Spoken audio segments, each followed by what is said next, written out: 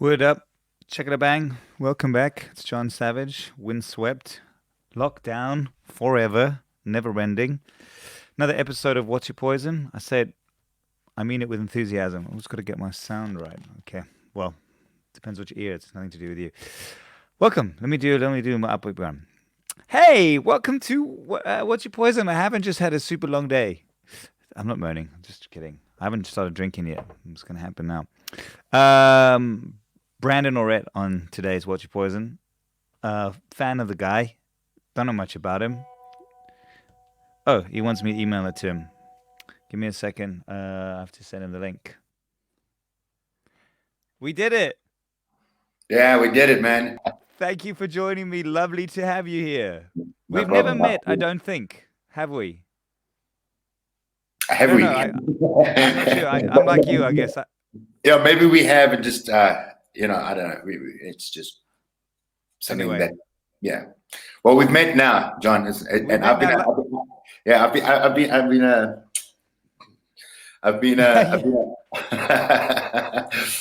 been, I've been following your stuff for a while. So, I mean, I do know of you. Oh, cool. Well, vice versa. Been following you for a Yeah, long time. Lovely to yeah. actually meet you. Cool, Let's get man. started with our poison. So I'm on the dregs of the whiskeys left in my house because that Shame, this man. the latest lockdown came as a bit of a surprise. I, Um, I, I feel for the drinkers and stuff like that. I mean, we can talk about it. There's a history behind all of that anyway. But I'm not a big drinker. I haven't touched alcohol since we've been in the lockdown. And if I ever do drink, it'll be a glass of red wine with my mom or at a special occasion. I mean, it wasn't always like that. I was a big fan of. When I say big fan, I think it's the only thing I ever drank was Jack Daniels. oh, Like, yeah, what a guy! That's my jam right there.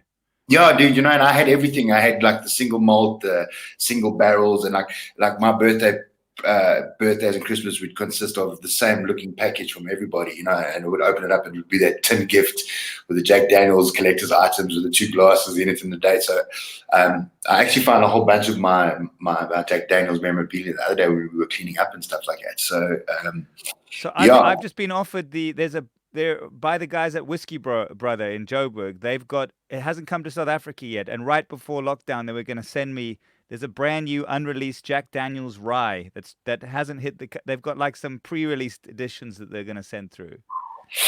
Hey, Jack Daniels is Jekyll and Hyde juice for me. Hey, I realized that it wasn't that my personality and alcohol. Well, I always used to think it was alcohol, and it's not that I was a bad drinker or anything like that. I used to love drinking. When that first, whatever it was, that first sip or that first shot happened, and it was just, I lost the reins of the horses. Weirdly, I remember very clearly as well, like drinking Jack Daniel's for the first time. Uh, so right as we got started, you said there's a longer story there. What were you talking about? Were you talking about the Jack Daniels or? Well, yeah. So I mean, I was never really a big drinker at any point in my life. I only really, I mean, I think I got drunk when I was 13 in front of my mom because she let me, and I didn't enjoy that. And then I think my 16th birthday and then my 21st. Those are like the three distinctive times that I remember getting a little bit sizzled and having a jaw with my friends and that. And then not much through. Then I went to the army, and then that's when I discovered marijuana. So I think that for a very long time was my saving grace, is that I didn't drink a lot.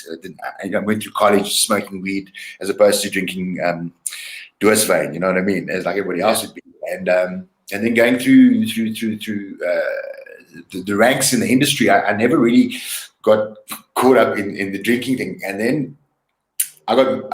I got married, and then about a year and a half later, I got divorced, and that was like 14 or 15 years ago. Yeah, about that.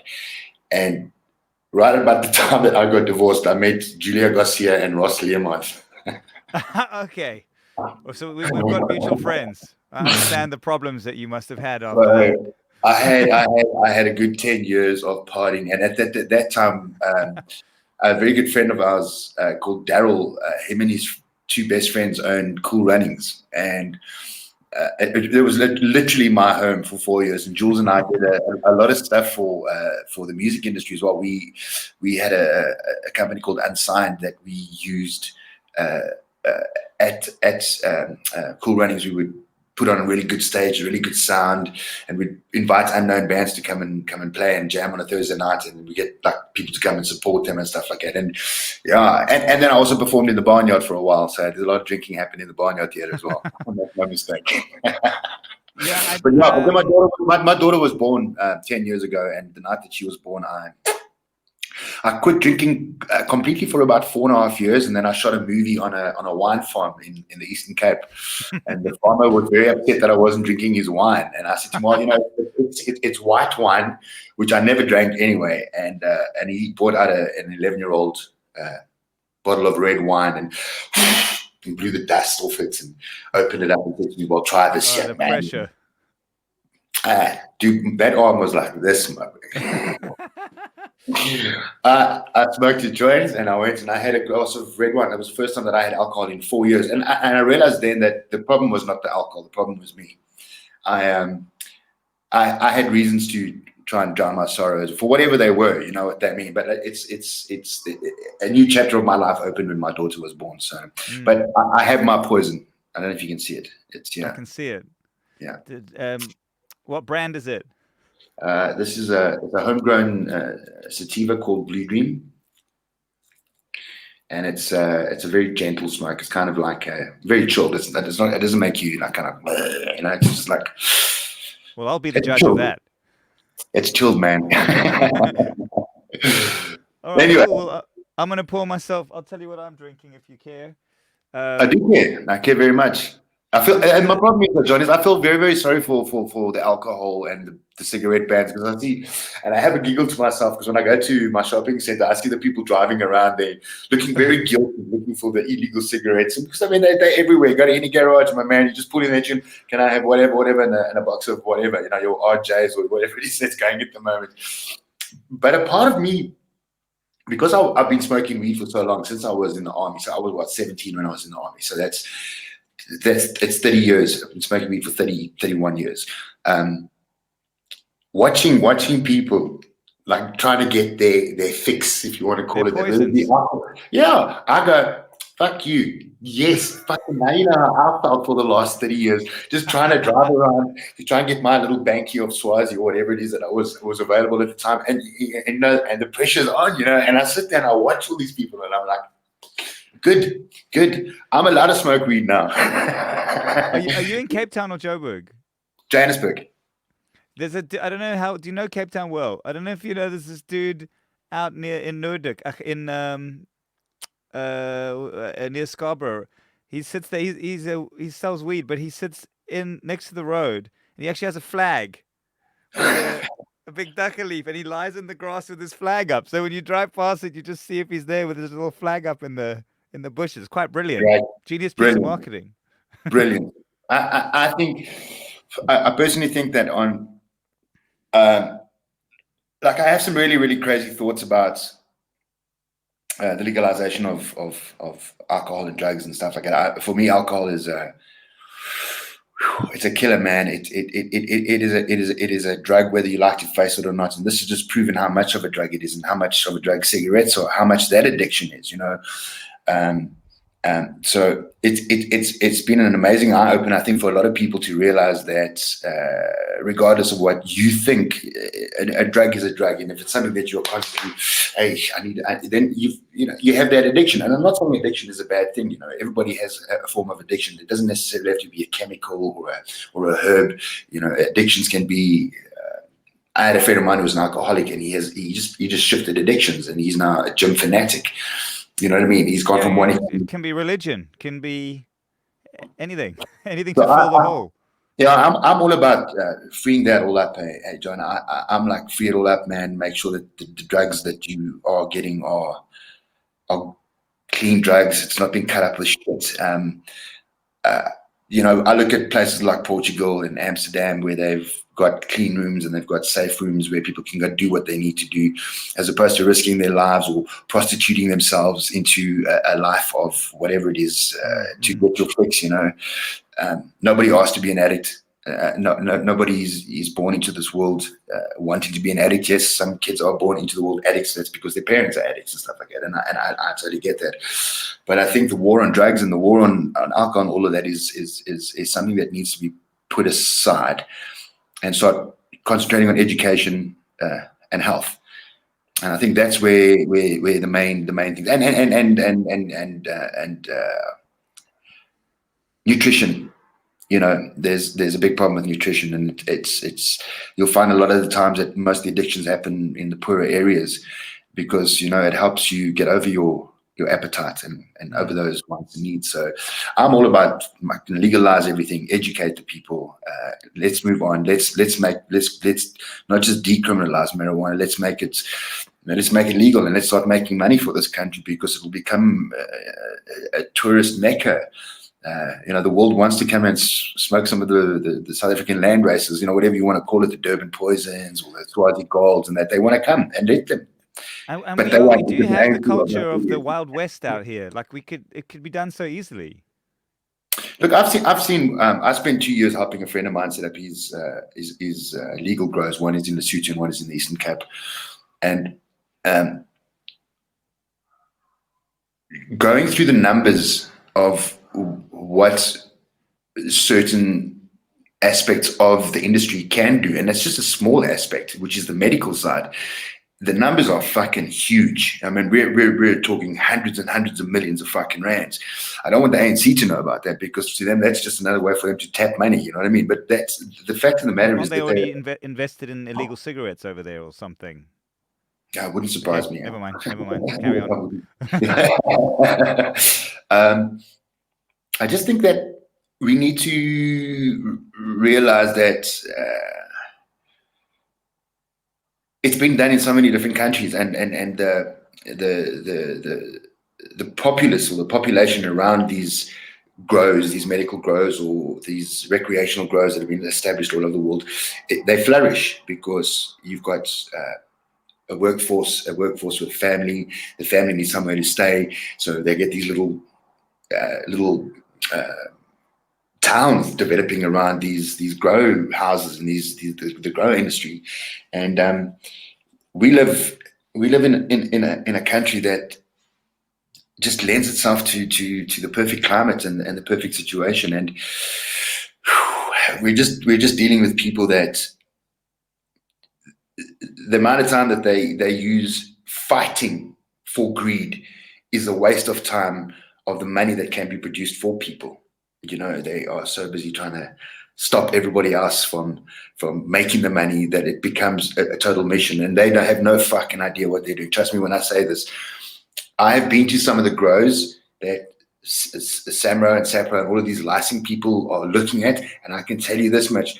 There's very few people in that company that are signing off licenses that know the fuck what they are talking about. This is the thing. And the thing is, the one they should be employing growers that have been growing underground for fucking years because they understand the plant, and it's not about the science behind. I'm a botanist or I'm a fucking biologist. If you've spent 25 years growing and spending time with a plant, you know that plant. You don't need to be a botanist or a biologist. You know exactly how that plant functions and how.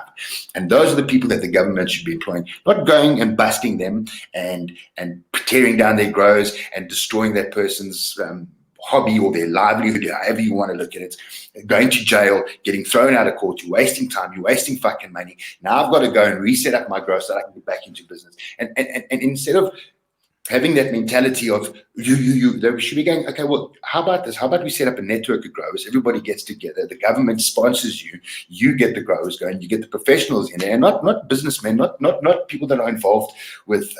Let the business people run the business, but let the growers run the grow. You know what I mean? There's this is the thing.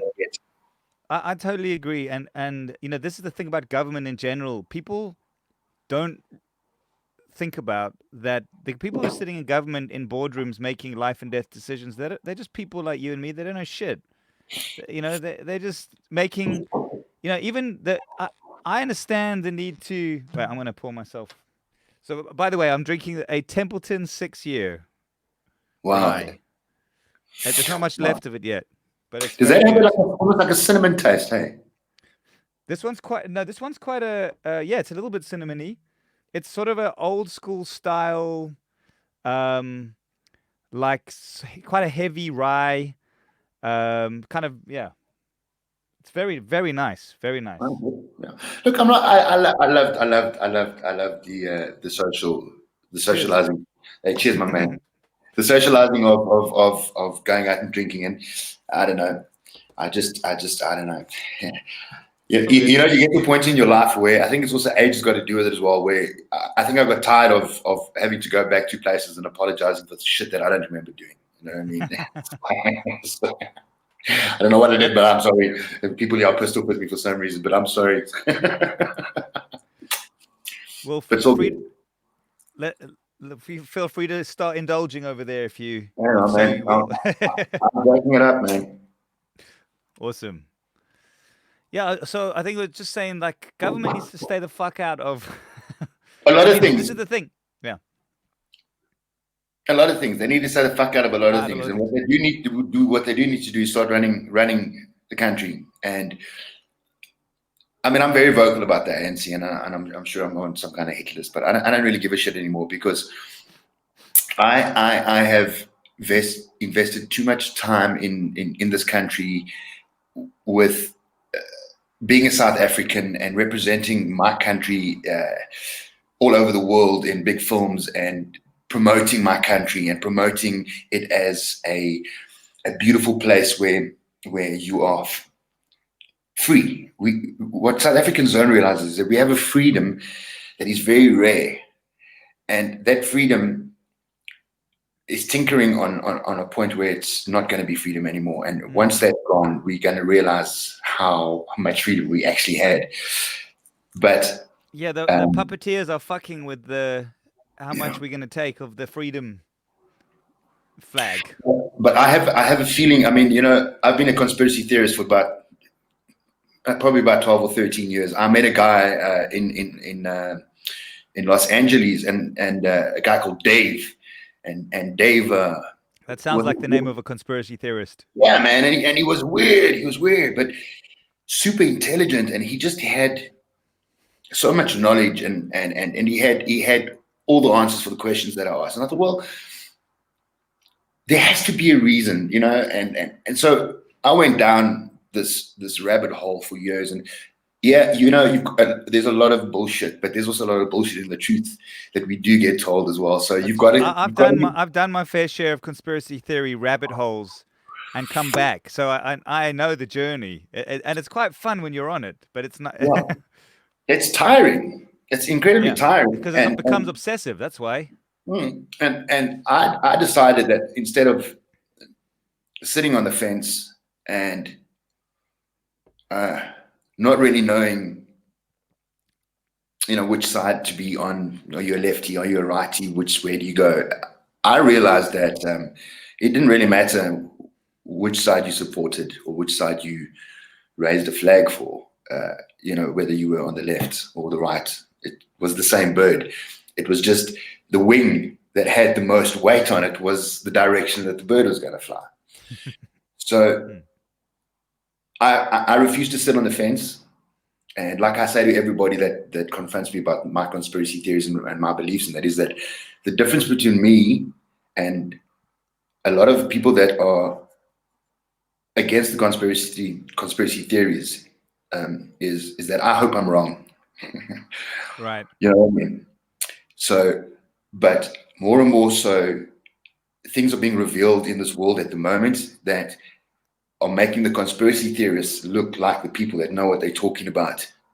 This whole thing with the island and the pedophiles and all of that came out 10 years ago, and people were saying that's a lot of bullshit. An island where pedophiles go and they hook up with kids and all of that, and it's all coming out now at the moment. And I don't know what you're talking about. What island are we talking about here? Oh, do you not know about it? I do not know. This is brand new information coming into my ear. Right, so what's his name that he went to jail and he hung himself? Epstein. The Epstein Island.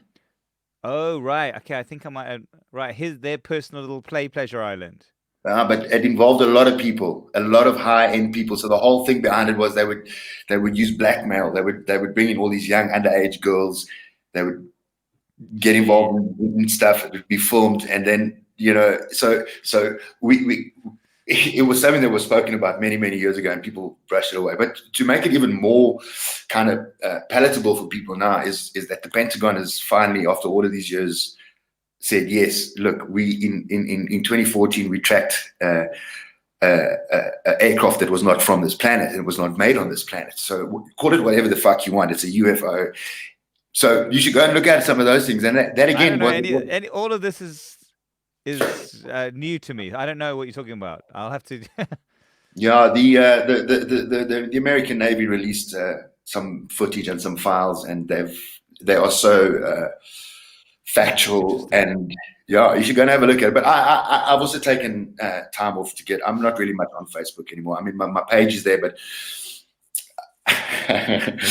I realize that I get very angry with people, and Well, can I just tell you, that's why I wanted to talk to you because I'm a fan of your work. I'm a fan of your work. I've been following you for years. yeah, man. I wasn't sure if I'd ever met you, but I love, I mean, I love your Facebook posts, and I just thought this is someone I really like to talk to. Yeah, I hey, particularly like it when you get angry with Die Antwoord. That's my favorite.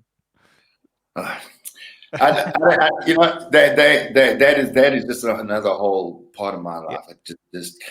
And I mean, they get themselves into trouble. They're in trouble again, and yeah. I'm Well, I like, mean, no, I'm so over that shit. It's so long ago that I had the issues with them, and yeah, look, hey, it was an experience. I don't deny it. I will not deny that.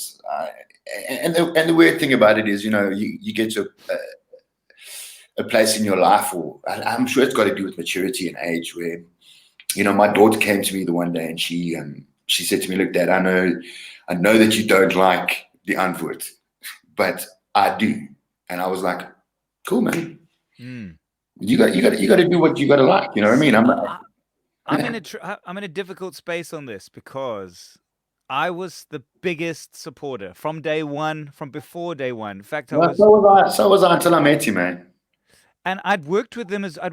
I have worked with them a couple of times, and I just thought, okay, this is me, my own personality. I excused everything for artistic temperamentability. I always knew they're hard, and some shit went down, but I was like, when you deal with these artists who are like really focused, it's really fucking difficult. But Doesn't then mean for that you have me, to be a doer, say.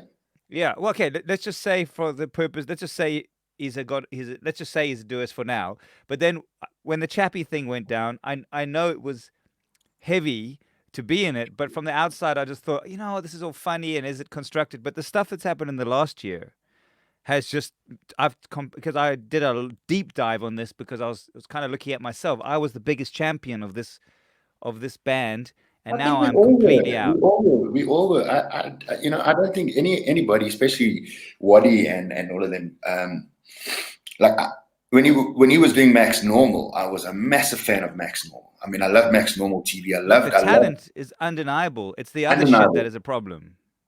And this is where we get to talk about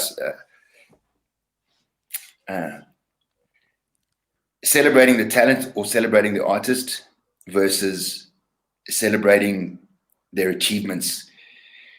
There are many artists out there that I know of that are talented beyond belief, that haven't achieved things enough for them to be recognized. Does that make them any less than somebody who has talent and has achieved so much? A lot of it's got to do with luck. A lot of it's got to do with right time, right place. Every actor, musician that I've met Look, has motivation. But for you to turn around yeah. at some point in your life and start acting like an absolute dickhead to everybody, and when I say to everybody, I'm talking about people that have you should follow a guy on Instagram called it used to be called Rolling with the Devil. He's now Rolling with the Light. He was their cameraman for like 4 or 5 years. Oh, I see. I've watched all this stuff now. I mean, that has been the thing that has changed my mind. I was Yeah, and all always the stuff under that the came up impression that with. this was a big act until I started seeing that Mm, stuff, and then mm, it's been mm. it's been really shocking to me. Yeah, the thing is with what people don't understand is that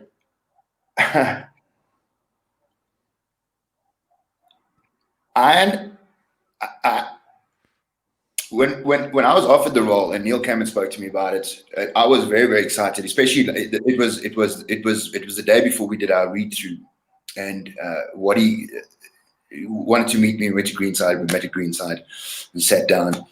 And he was, but hey, Black, I loved you in Elysium and this and all of that. But I just want to talk to you about where we think we should place your character. And I kind of went, what do you mean we? Who's we? There is no we here. There's me and there's Neil Blomkamp, and that's the director. There is no Red we. flag, red flag, red flag, red Yeah, flag. so immediately, I got up and I walked away, and that was the end of it. But the beautiful thing behind all of it is that at the end of us filming Chappie, I'd gone to a point where I was on fucking shitloads of steroids. You know what I mean? I weighed 23 kilograms more than I should.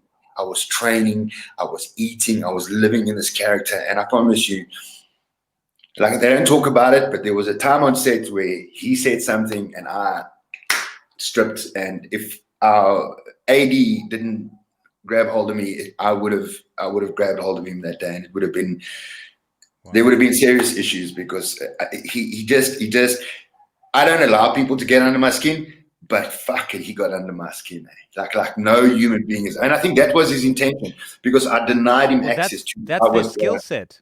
That's what they've learned to hone is exactly that quality. Fuck him, man. Fuck them. Seriously. Yeah, I was going to say my excuses for whatever was that to your point that there's a lot of talented people out there. The thing about Wadi that really was like to me incredible, and why I think I excused a lot of the bad behavior, is the first thing he did, like right at the beginning, right? Die Antwoord actually had no chance of success. It was kind of a fuck you. He'd done that Max Normal 2 thing. It hadn't worked out. The guy was dead broke. Die Antwoord was really like a piss take. I think an angry response to a failed career, in my opinion, right? But the fact that he gave himself those tattoos, the crew cut and the gold tooth, from the beginning, it said to me, okay, this guy's obviously talented, but his fucking commitment to this character before it's anything. Now that is something interesting I'd never seen before. And He's a then fucking lunatic. Yeah, whatever, man, whatever. whatever. Yeah, whatever. Moving on. You know what? That's what's. Regardless of what you want to say and how dedicated he was and how committed he was, it's all play. Yeah, if He you're comes a nurse, from a you're a middle class nurse. family. He's taken everything that he exists from the colored gangsters. And let me tell you something. They don't like him. Okay, he misrepresents their culture, their beliefs, everything that they are, and it's a big thing. I mean, I thought it was an act up until the point that he showed me that this was who he is, and that's the way it was, and I was just like, dude, I think my parting words to him were like, "This is your first movie. This is not my first movie. You do you, and I do me. I don't tell you how to write rap songs, and you don't tell me how to act." And that was the end of our formalities as actors on.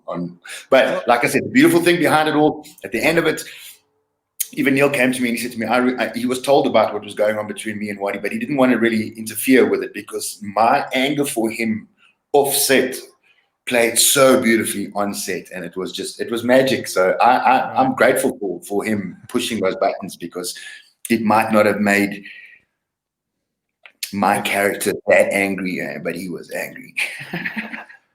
I'm going to ask you a really weird question now, and I'm not going to push any more on this because I know this is not the best topic, but I want to ask you about this. As an actor, right? And this is, again, this is a philosophy that I'm been thinking about. Yeah. Those guys, I mean, in the sense that it's a piss take, right?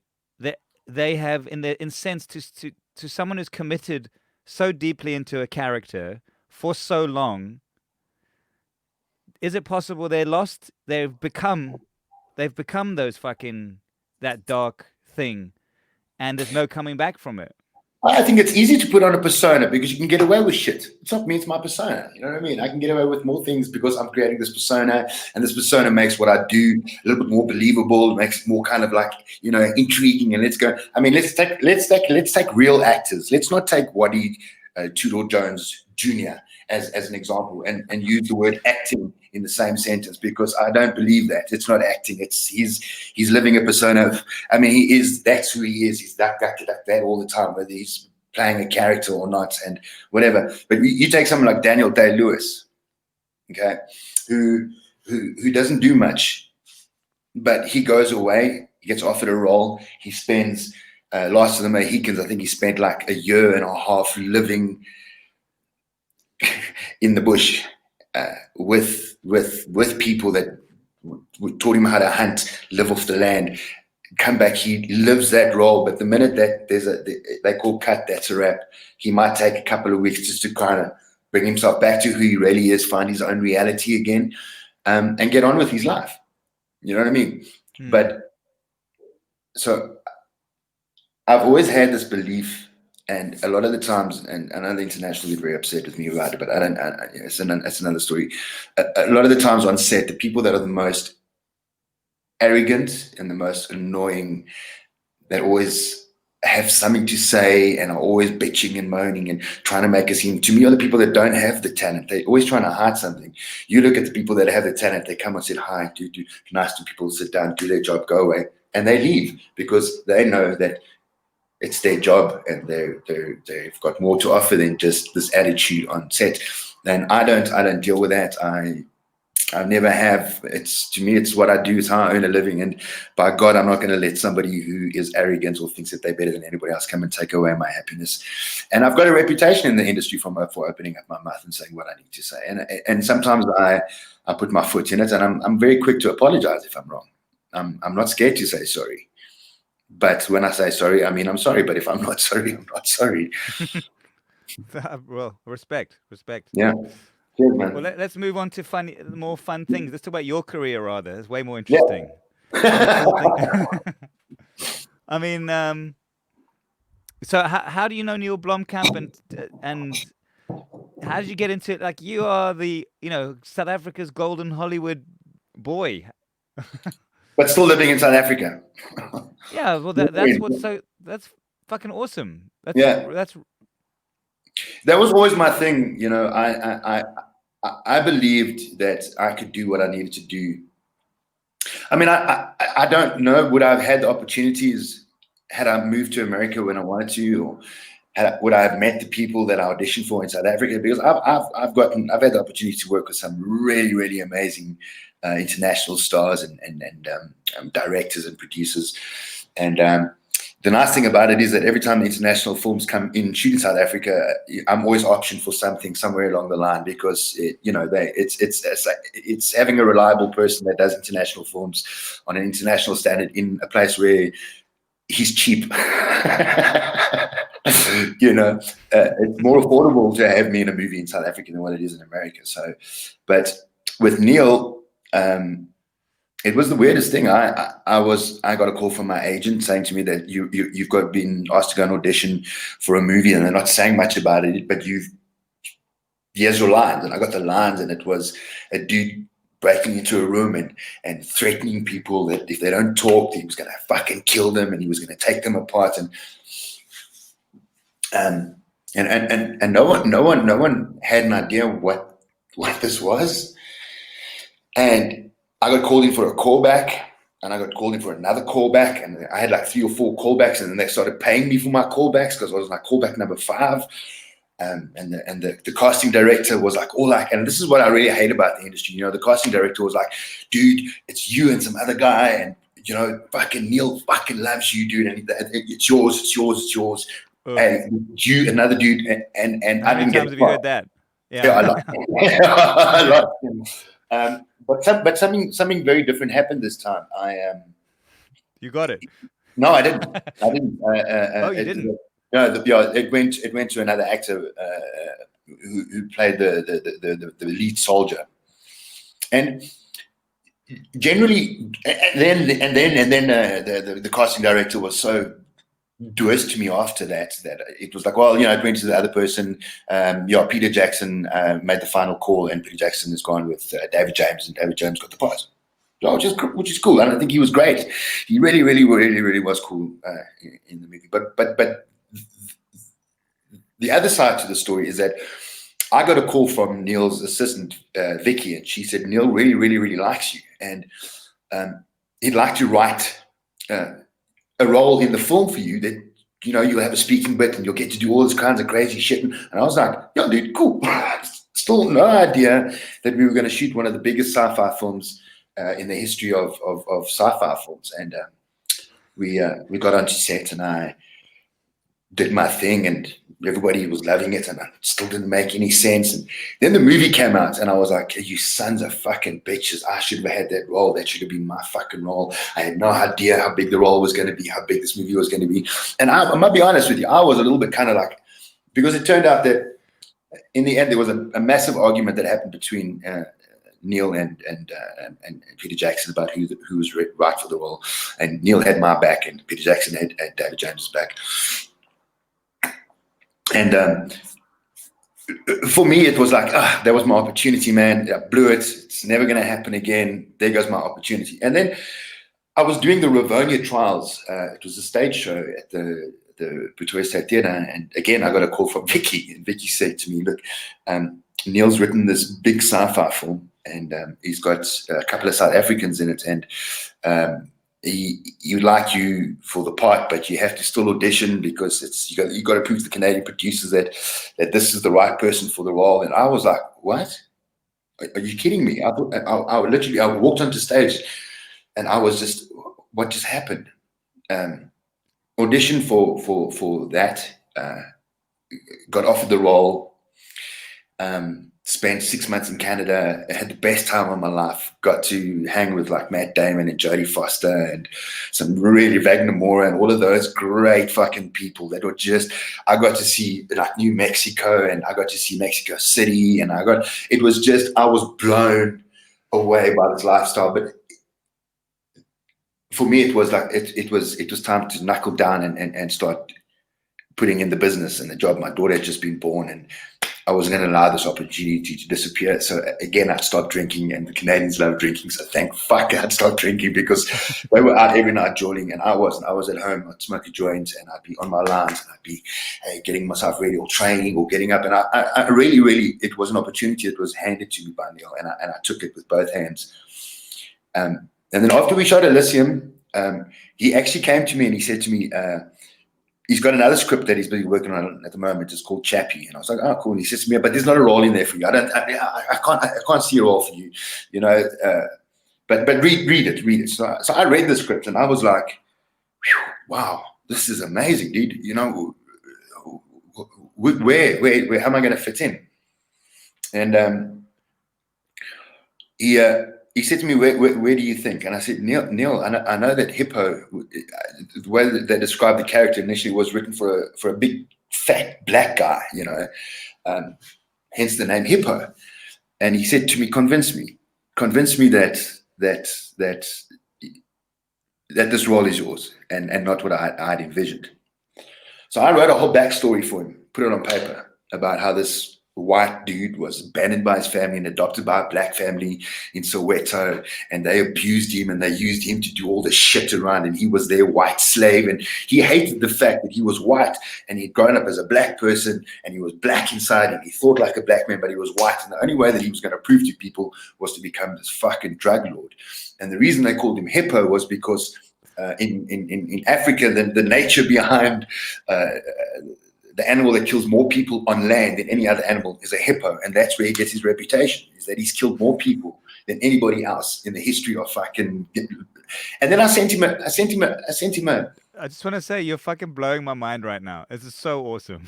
Yeah, dude. Let me tell you something. If I ever had to write a book, there would be some crazy shit that people would be like, "What?" And they'd just be like, "Oh, great movie." And I'm like, "Oh, dude, you have no idea." I mean, I was weighing about 78 kilograms at that time.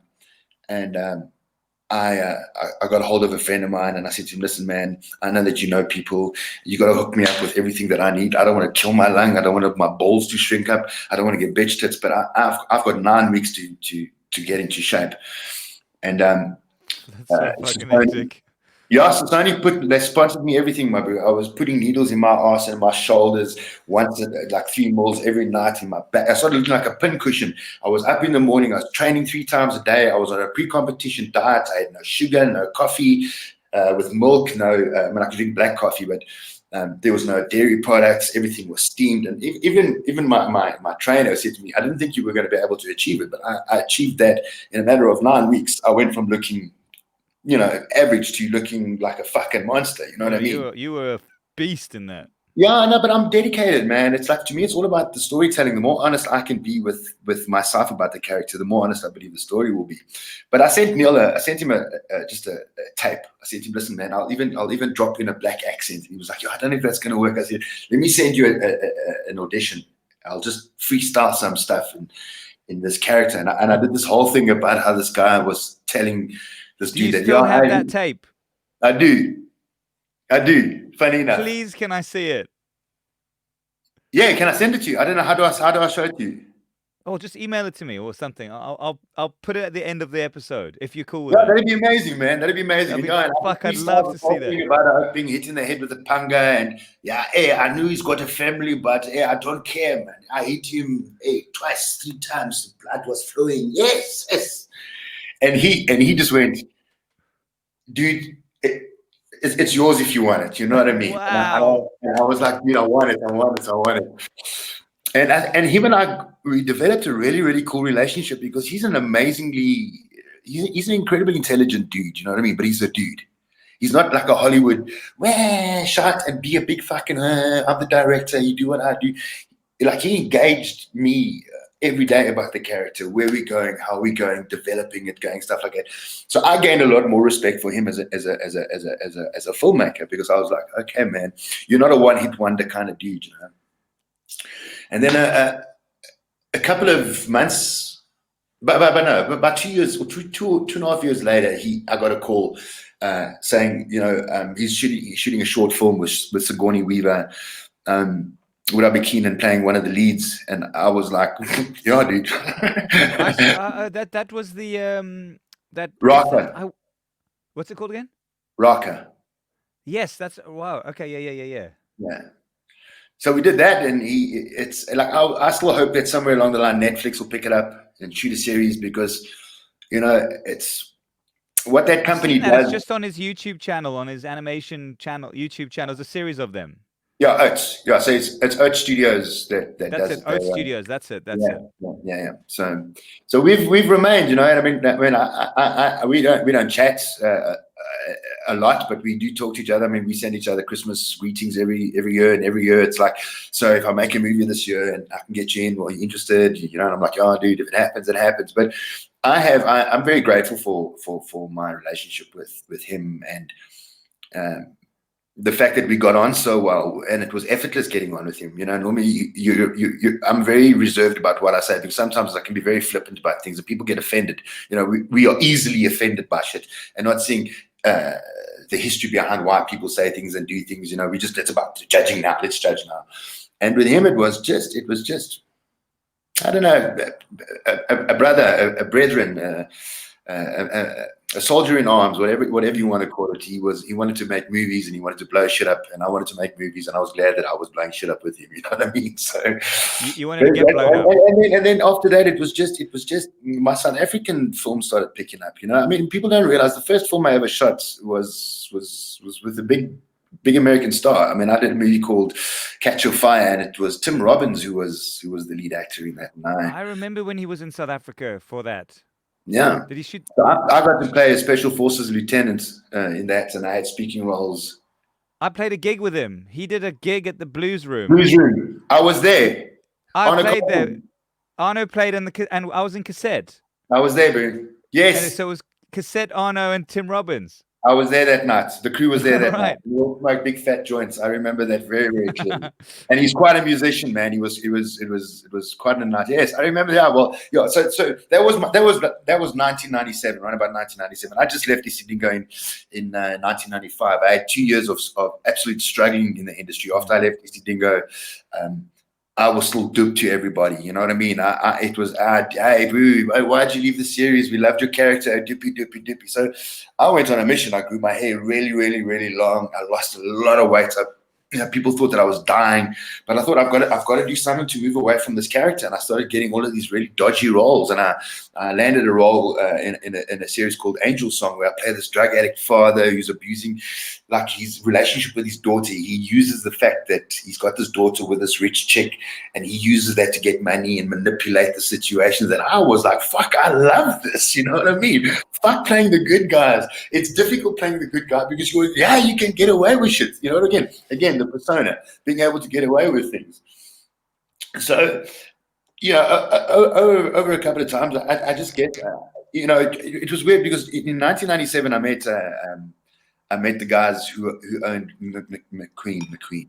What was his? I forget his name now. From Stunt SA, and I did my first real stunt course with them. And I because I thought, if I'm not going to make it as an actor in this industry, then I'm going to get in the industry somehow, and I'll become a stuntman. And I'll get in that way. And it served me so well over the years, because I think Elysium is the only movie that I've ever done where I didn't do any of my own stunts. They were all done by an incredible stuntman by the name of Lars Grant. But most of the fight scenes, the stuff that I do now, I'm able to do it on my own. So yeah, it's led me into some really, really great films and some great situations, and met some crazy people and smoked marijuana in some crazy places with some celebrities, and just very happy, man. I'm very grateful for what I've achieved, and it's been hard work. People just kind of think it happens. I grew up with a single mom. Look like that. 2 brothers. I mean, just 2 boys, a single mom from a small little town called Springs, and a mom who just instilled the want to succeed. She always said to me, "It doesn't matter. Everybody's good. Everybody's like." I remember years ago saying to me, I had an audition for a show called Bugsy Malone. And I was sitting in the car. I was like 11 years old. It was the first stage show I ever did that was done by professional directors and producers. And I was sitting in the car, and she saw the advert in a newspaper, in the Springs Advertiser or whatever it was. And we went and I had to prep a song, and I didn't know what the song was. But I went in and I did the best that I thought I could do. And I sat in the car and said to my mom, "They're good, the other actors are really, really good." And she said, "Yeah, they are good. But today you were better." So it's not about being good or being the best. It's just, for me, whenever I commit to something, it's about, I need to be better than when I was the last time. And if I can't do that, then I'm lying to myself and to my fans, and that's not cool. What is it like? I mean, and I know from my experience, but I'm interested to hear how you spend your life dedicated to this craft of acting, and from a talent level and an experience level, you're right at the top. But now you're working with the Jodie Fosters and the Matt Damons, but they live in a whole different world. So what's it like working alongside people like that, and what can you learn from them? Or does it feel like, oh, we're all playing the same game here, we're just living in a different country? It's exactly what it is, man. You nailed it. Arriving in Canada, I was really, really, really scared, because this was like, dude, I mean, it's a $240 million film. It's ridiculous. I had my own flat, I had my own personal assistant, and it was a little bit much for me, because I'm a very private person. But when I walked onto that set, it didn't matter who it was. Matt Damon, Jodie Foster. It was game on. They're not better than us. They've been blessed with the opportunity to become A-list celebrities. I had a friend of mine send me a channel, and it's the greatest compliment I've ever been paid. It's a guy who reviews horror videos and horror trailers, and then he gives you his opinion about what he thinks. And he was I just finished shooting a movie now in December with Megan Fox called Rogue, and it was the Rogue trailer that was playing, and he went on about it, and then he started going through the characters and the cast, and Brandon Auret, he says, he's one of my favorite no-name go-to actors, and I loved that. It was, to me, that's it. I've never wanted to be famous, and I don't see myself as a famous person. I don't live the celebrity lifestyle. I live a very simple life. I have a home. I've got a family. But I take my craft very seriously. I take what I do. Passion is for characters and acting.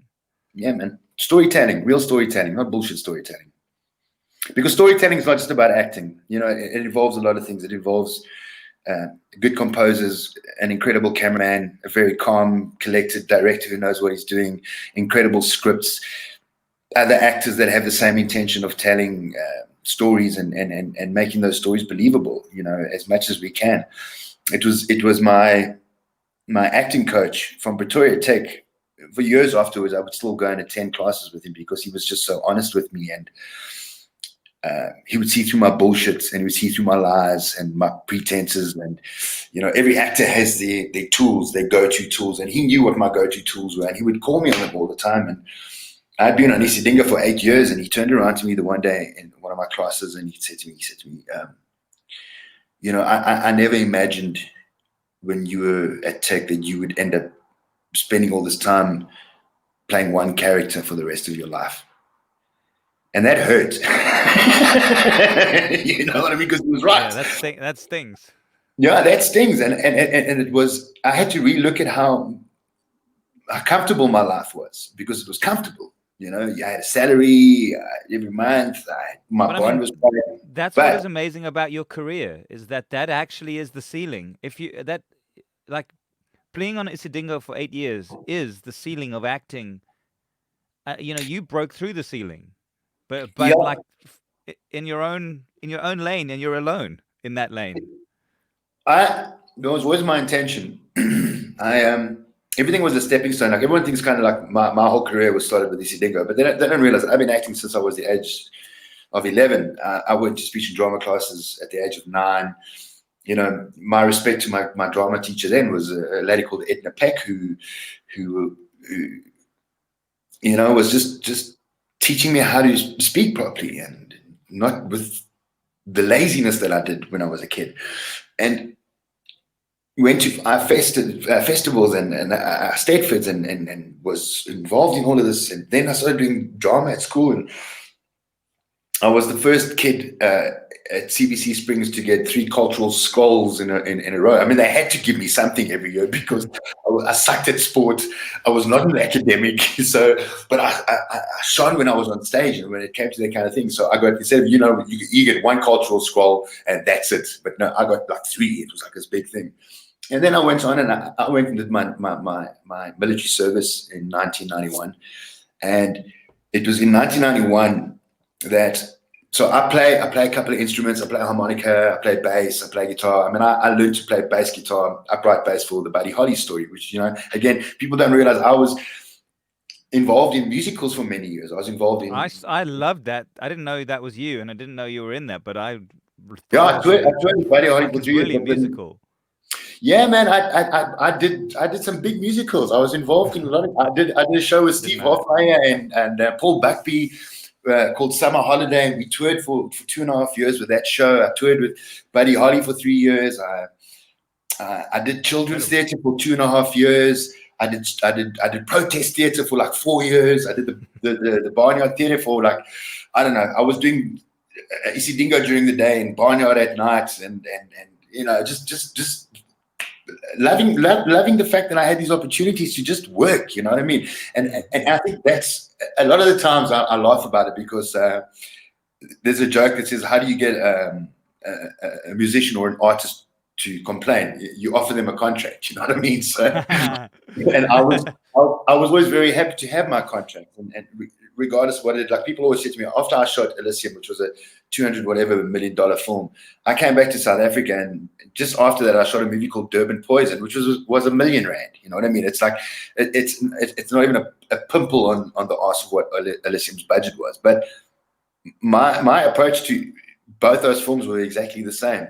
You know, it's if I say yes to a contract and I say yes to a script, I'm not saying yes to the finances or to the money. It's always very, very important, and I'm always driven by money because I don't ever want to be one of those people that doesn't have money because I'm an artist and I'm like, I need to fuck you. It's show business, and I like both those words. So I just for me, you know, you've got to sometimes just rage against the machine and just take the bull by both horns and just say, fucking, we're going to do this, whether you like it or not. And if I sign a contract for a $300 million movie or $1 million movie, my commitment to that is exactly the same. I have said yes, and my yes is 100%. Not 110, not 150, because there is no such thing as 110 or 150. There's 100. And I give 100 all the time. All in. All in, Green, always. it's to my own downfall sometimes, to be honest with you. You know what I mean? It's at a point now where my agent doesn't even send me scripts anymore. She reads them, and then she discusses the finances, because I will read a script, and the money will be terrible, but I'll really, really, really, really like the character. And like, I imagine somebody else playing this character, and I'm going, no, they're going to fuck it up. So yeah, I'll do it for that guy. And then my agent's like, no, dude. So she knows me, and she's been my agent for the last, 24, 25 years. So That's amazing. She's pretty much got my back, yeah. Greatest on-set moment of all time for you, personal? There are many. They happen. They happen. I mean, I have my own little personal giggle because, you know, I called Matt Damon a puss in a movie. You know what I mean? So, in the movie? Yeah, in the movie. You know what I mean? I just threw it in there, and they kept it. You know, it was a line was like, "You grab those two. I'll deal with this puss." You know, and then laid into. But for me, the first day on Elysium made me realize how big the film industry really is, and we have no idea how big it is and the machine that it is. But walking onto that set, my first day was that fight scene was with Matt Damon. That was my first day on set. Was that. We land, we fight, we bang, bang, bang, bang. And I just went, you're not better than me, really. Like, I can handle whatever you give me, I can handle it. And I think he loved that. He loved the fact that he was working with people that weren't like, oh, well, it's Matt Damon. It's like, we rocked that, because we were like, dude, you know, we're South African. We don't give a shit.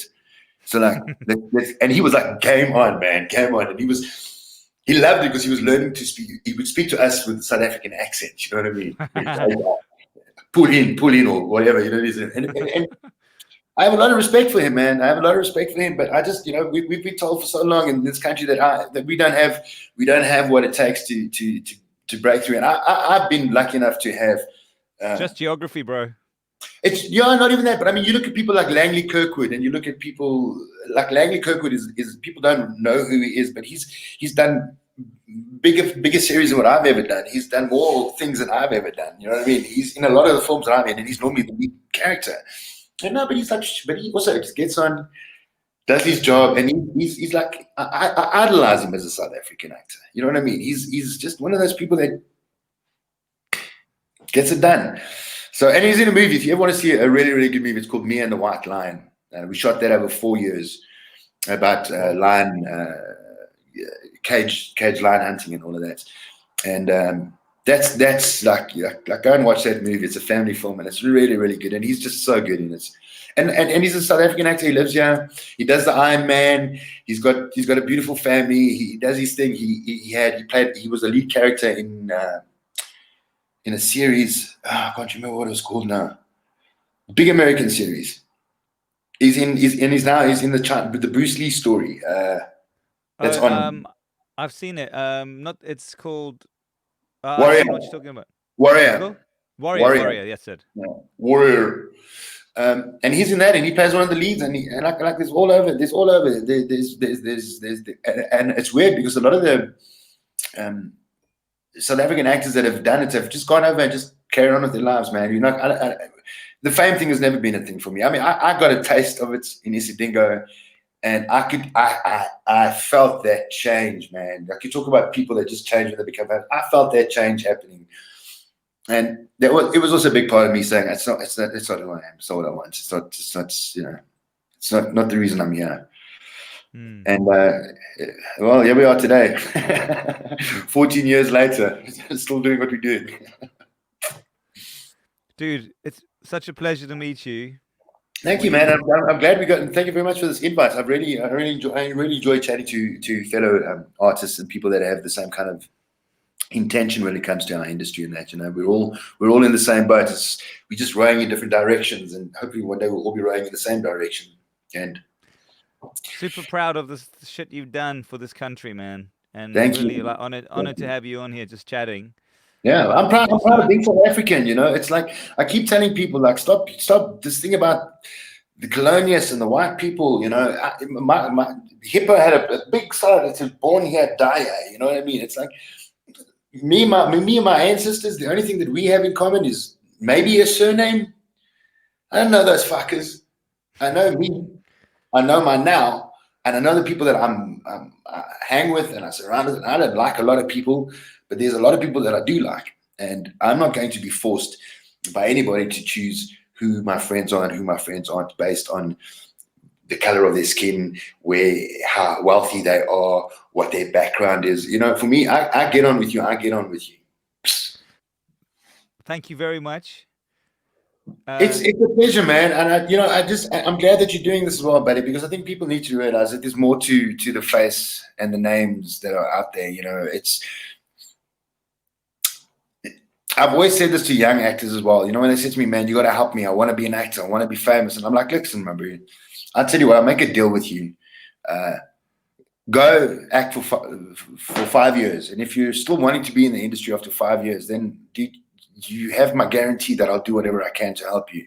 But you've got to go and pay your dues, man, because these actors that just land their fucking asses in the butter, they don't last very long. They do 1 or 2 movies, they make their money, and then what? What happens to them? They disappear. You know what I mean? And while they're around, you've got to deal with their bullshit, and it's annoying. So I'm all about helping people with talent and stuff like that. But talent isn't everything, man. Dedication. It's the same as the music business, bro. Yeah, 100%. If you get a first album that smashes everything, your second album, the rest of your career is usually shit. Except if you Prime Circle, of course. Oh yeah, except for Prime Circle. I mean, they just came out of the gate swinging and never stopped. You know, I wish people would. I mean, you know, Ross is one of the most amazing human beings I've ever met. He's a solid human being. He's honest. He's truthful. But he is like I've known him for a very, very, very long time now. He's really, really one of my very good friends, and he amazes me the way he just sometimes he'll just say to someone, and we play together quite often, and he'll say just jam that riff, and then he'll just go into a freestyle and just start singing and lyrics and like I love them. I think they're musically a great band, but I think people need to pay attention to what Ross is writing. He's a lyrical genius. He paints the most beautiful pictures with words, and I'm a big fan of it. I'm a big fan of a lot of South African bands. I mean, there's a band out there at the moment called Man is Machine. I don't know if you know them. Yeah, of course. Amazing. There's a rapper called Triz. I don't know if you know him. Triz is amazing. Lebo Machudi, and he's a group of rappers, and it's we don't celebrate ourselves enough. We're so busy celebrating the rest of the world and looking at their achievements that we need to maybe sometimes just bring it back. That's why I love the Australians. You know, the Australians are like, fuck the rest of the world, man. We'll make our own stuff, and they really, really do really well. And I'll tell you, I don't know why we disrespect ourselves as we do. I learned a really big lesson. I don't know if you've ever. I made a film. Yes, I do remember you made a film. Ma'am, Julia spoke to me about it at some point. Right. So here's the weird thing about that film that really opened my eyes was that I made the super shitty, low budget film. It's on Netflix. I mean, it's not on Netflix. It's on Showmax. I had no fucking money. Well done. I begged and borrowed my way through it. And the story, I made it just for. It started off as a drunken idea amongst mates, and the premise is an English-speaking rock band trying to break into the Afrikaans music market, but they don't speak Afrikaans, but they see that there's money there. Like that's the idea. The opposite of And Kurt then Darren, man. yeah, Kurt Darren's in it. You know, I did a movie with him as well. Yeah. Fokker Politica in it. Everyone, I just took Jack Perry. They're all in it, right? But here's the thing, like, you couldn't get a more local movie. It's the in jokes. It's about, you have to know Fokker Politica. You have to know the dynamics between Boo and Nerd Girl. You know, you got to know that stuff to get the movie. But somehow that movie got chosen for Cannes, and then it got sold in the US. And this is the thing that always blew my mind, was that I constantly get mails from around the world from people who see that movie, and they don't know any of the in jokes. I didn't make it for the world. It's so closed. It's so insular, and people relate to that. They relate to just showing your true, honest South African culture because they've never seen it before. They laugh and go, "Fuck that! That character you made, Jack Sparrow, he's so funny." I'm like, I didn't make him. He's fucking real. Look over here in South Africa. And that really opened my eyes to... And I love him, man. You know, I used to play Jack Sparrow in my trailer during Chappie. So loud, just to piss. You know that song, "You Think It's Cooler as Echo," you know? Oh, it's one of the greatest songs ever, man. Oh, man, I played that thing so loud. I think maybe that's why they moved his trailer away from me, man. I just So my hats off to Jack Sparrow. He was one of my poles that I shoved into that coffin, man. Yeah, it was amazing. But I do believe that we have the talent. We need to start celebrating ourselves and stop putting ourselves down. The problem with South African mentality is that, hey man, I want you to be as good as me, but don't be better. You know, don't be better than me. Don't, because we'll drag you down and pull you down past us. And we don't do that. I mean, you look at our rugby players, at our sports players, we celebrate them. And then when they really, really do become successful, we want to pull them down and rip them apart. And it's a sad state of affairs. But I don't know what the cure to that is. It's respect. Learn to respect each other for what we've achieved and what's gone into it. And don't be envious. Guys like you, this is why you're important to this industry. You're blazing a trail that shows people what is possible. And I think it's the glass ceiling syndrome. It's the fact that the ceiling is seemingly so low that there's not enough space for other people to succeed. So if someone's up there, you got to tear them down to sort of that's get what they think. But yeah, but that's the problem, man. That's 100% the problem. For me, it was a matter of I knew a long time ago, John. I knew. That day is so clear to me. I was sitting at a friend's house. His name was Paul Gerard, and he was that kid who had all the Star Wars figurines and the TIE fighter and the X-Wing fighter and the Imperial Walkers, and he just had all of those toys. And his family was from Britain, and we were at his house, and I was like, "What is all of this stuff?" And this is like, and he said, "No, I'll show you." He put in a movie, and it was Return of the Jedi, and I became obsessed with what the fuck is this? What is this? What, I want to do that. And they were like, "No, dude, you can't be a Jedi." I'm like, "No, I don't want to be a Jedi. I want to do what they're doing. I remember it as clear as day." And that's why people say to me, top 5 movies, Return of the Jedi is number 1. It was the movie that made me go, phew. And I knew I wasn't that actor at Pretoria Technikon either. I wasn't the most successful actor to win is so and so. And you know, I was normally like, it's Brandon. He's but while everyone else was doing drama and drinking, I was at the musical theater department. I mean, I did tap dancing for 3.5 years. I did jazz for 3.5 years. I was determined to make a success of my life, and in fact, one of the moments that I'll never forget was I dated a girl for about 2.5 years at Tech, and it was the end of our 3rd year, and what we were going to do, and I'd landed my first role in a musical, and we were going to move in and get a flat together, and then her dad turned around and was like, "But he's an actor. What are we? Actors.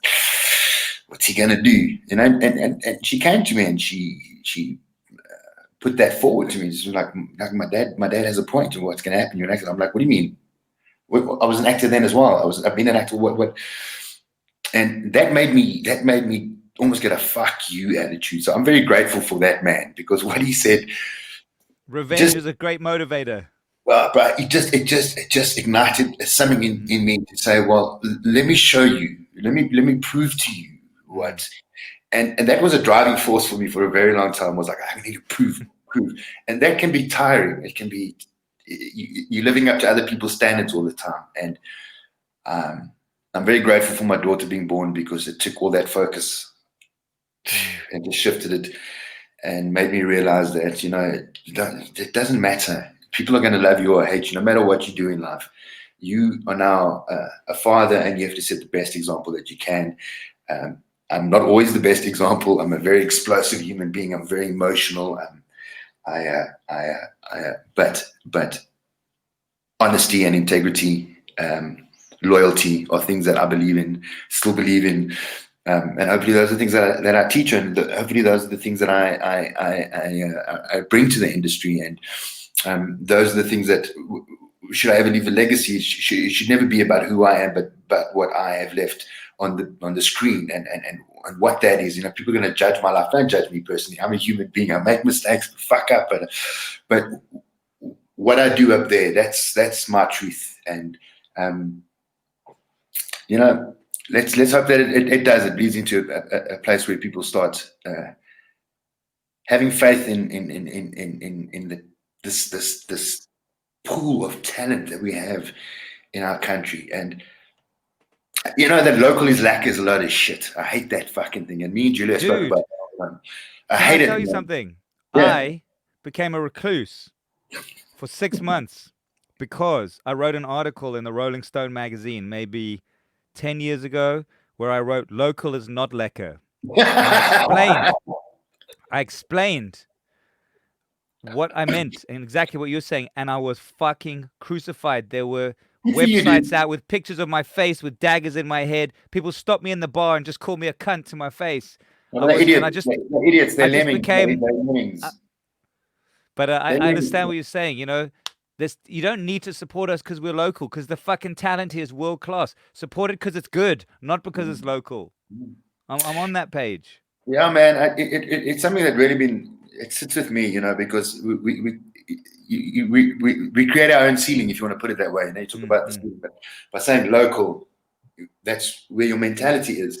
Yeah. And it's even like, so we produced a short film. It was actually a pitch film. And I'm a very hard ass when it comes. And my business partners, sometimes I can see they get very upset with me, because we were offered $2 million to shoot Making a Killing, but there were conditions that we needed to change the character. He wasn't likable enough because he was physically just like, if you want to go watch it, I'll give you a link to go and watch the film, the short film that we shot. It's on YouTube. And so we took a full-length feature film that a friend of mine had written. He wrote 2 scripts for us, and I'm a stickler about the story, man. I said to them, there's no ways. We even one of our international distributors was saying, like, if we can get Jean-Claude Van Damme to come and play this character, and I'm like, that's my character. That's not his character, and he's not South African, and he knows nothing about the Bush War and about the mercenaries. So no. So I've been very hard about all those kind of things, but we push forward, man. We've got stories to tell, and I'll get to a point where people will start trusting me as a producer and as a filmmaker as much as they do as an actor. We're sitting on 27 international awards with our short film at the moment, and we shot that with a minimal budget, and it's huge. Can you show me that? I want to see that. That's amazing. Yeah, what I'll do is, John, I'll send you a couple of things. It's been nice for you to get it out there. I really appreciate it. I'll send you my audition that I sent to Neil, and I'll send you a link to our YouTube channel for our film. Brandon, it's been such an honor. Thank you, buddy. Go out there, continue to slay dragons. Be proud of you. I don't slay them, buddy. I tame them now, man. I tame them and I ride them, bro. we need those dragons. We need them. We need them in our lives. All right, that's good. You know what I mean? Continue riding those dragons. Yeah, man. I intend to. Have a wonderful evening, and thanks for joining me, man. You're welcome. Nice to meet And you. send me that thank you audition again. tape. I can't wait to see it. Okay, we'll do it immediately. Be good. Peace. Ciao. What do you want me to say? Yeah, I killed him. I took the panga. I hit him. And I hit him until I'm seeing the skull is open. Yeah, I killed him. Yeah, I know he's got a family. Shame. I feel bad for the family, man. They had 2 kids, 2 girls, man. Ish. But what I must do, what? Is only 20 million rand. If you got 20 million, you give me the 20 million, I got peace. But him, he owes me 20 million. What I must do? Just let it slip and slide. Like that. No.